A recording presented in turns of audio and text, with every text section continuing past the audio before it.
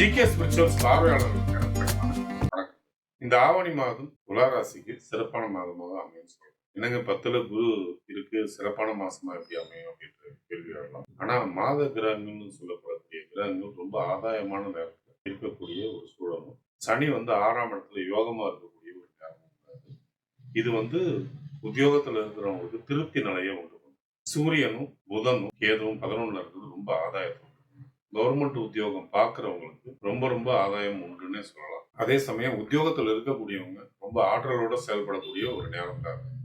சுக்கிரன் செப்டம்பர் 1ஆம் தேதி வரைக்கும் நீசமா இருக்காரு. இந்த செப்டம்பர் 1ஆம் தேதி வரைக்கும் சில மன உளைச்சல்கள் உங்களுக்கு ஏற்படும். ஆனா செப்டம்பர் 1ஆம் தேதிக்கு மேல ராசியில ஆட்சி ஆகிற காரணத்தினால, சனியோட பார்வையிலிருந்து விளங்குற காரணத்தினால, இந்த ஆகஸ்ட் மாதம் இறுதி வரையும் இருக்கக்கூடிய மன உளைச்சல்கள் நீங்கி ரொம்ப சிறப்பான மாசமா அது மாத்தி 12ஆம் இடத்தை செவ்வாய் சனி பார்க்கறதுனால உத்தியோகம் சம்பந்தப்பட்ட பயணங்கள் அதிகரிக்கக்கூடிய ஒரு நேரமாகவும் அமையலாம்.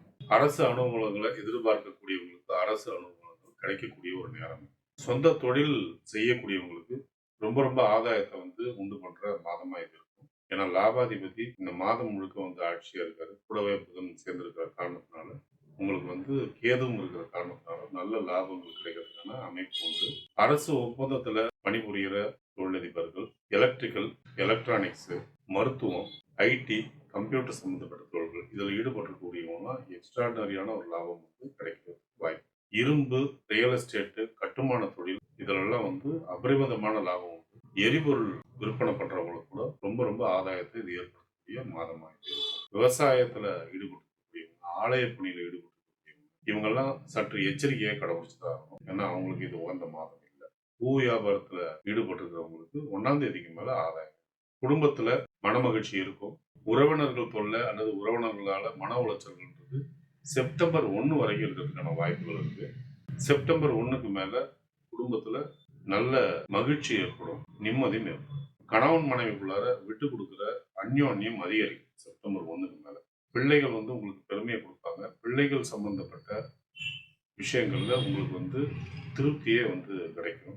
அவங்களுடைய படிப்பும் சரி, அவங்களுடைய ஆரோக்கியமும் சரி செப்டம்பர் 1க்கு மேல ரொம்ப அற்புதமாக இருக்கும். தாய் தந்தை இருவருடைய ஆரோக்கியமும் சிறப்பாக இருக்கும். உங்களுடைய ஆரோக்கியம் வரும்போது செப்டம்பர் 1க்கு மேல ரொம்ப ஆரோக்கியமா இருக்கிறத ஃபீல் பண்ணுவீங்க. அது வரைக்கும் உங்களுக்கு மன உளைச்சல் உண்டு. இது ஆயிடுமோ அது ஆயிடுமோன்னு ஒரு சின்ன ஒரு மனசலனங்கள் ஏற்படும். உடல் ரீதியாகவும் சரி, மன ரீதியாகவும் சரி. அது செப்டம்பர் 1க்கு மேல சரியாகும். இது வாழ்க்கை துணைக்கும் மாணவ பருவத்துல உள்ள துளாராசிக்காரர்கள் அவங்க படிக்கிறதுக்கு ரொம்ப அற்புதமான ஒரு தருணம்.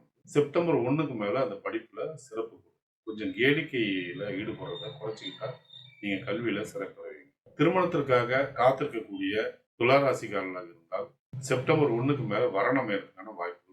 அரசு அனுகூலங்கள் கிடைக்கிறது, அப்பா வழி சொந்தங்களால ஆதரவு கிடைக்கிறது, அல்லது அப்பா வழியால ஆதாயம் கிடைக்கிறது, அந்நிய மதத்தவரால ஒரு சில உதவிகள் கிடைக்கிறது. இதெல்லாம் இந்த மாத சிறப்பு பலனா நீங்க முக்கிய முடிவுகளை எடுப்பதற்கு சாதகமான நாட்களை தேர்வு செய்வது மிகவும் நல்லது. உங்களுக்கு நல்ல திசாபுத்தி நடந்து கொண்டிருந்தால் பலன்கள் இருமடங்காக மாறும். சோதனையான திசாபுத்தி நடந்து கொண்டிருந்தால் பலன்கள் நடப்பதில் தடை தாமதங்கள் ஏற்படும். பாதகமான நாட்களில் முக்கிய முடிவுகளை எடுக்காமல் இருப்பது மிகவும் நல்லது. ஒருவேளை உங்களுக்கு நல்ல திசாபுத்தி நடந்து கொண்டிருந்தால் இந்த நாட்களை பற்றின கவலைக்கு அவசியமே இல்லை. சந்திராஷ்டம தினங்களில் தேவையற்ற பயணங்களையும் தேவையற்ற பேச்சுக்களையும் தவிர்ப்பது நலம். இந்த மாதம் உங்களுடைய நன்மையை நீங்க அதிகரிச்சுக்கும், உங்களுடைய தீமையை நீங்க குறைச்சிக்கும். நீங்க வழிபட வேண்டிய தெய்வங்கள் சரபேஸ்வரர், விநாயகர், பைரவர்.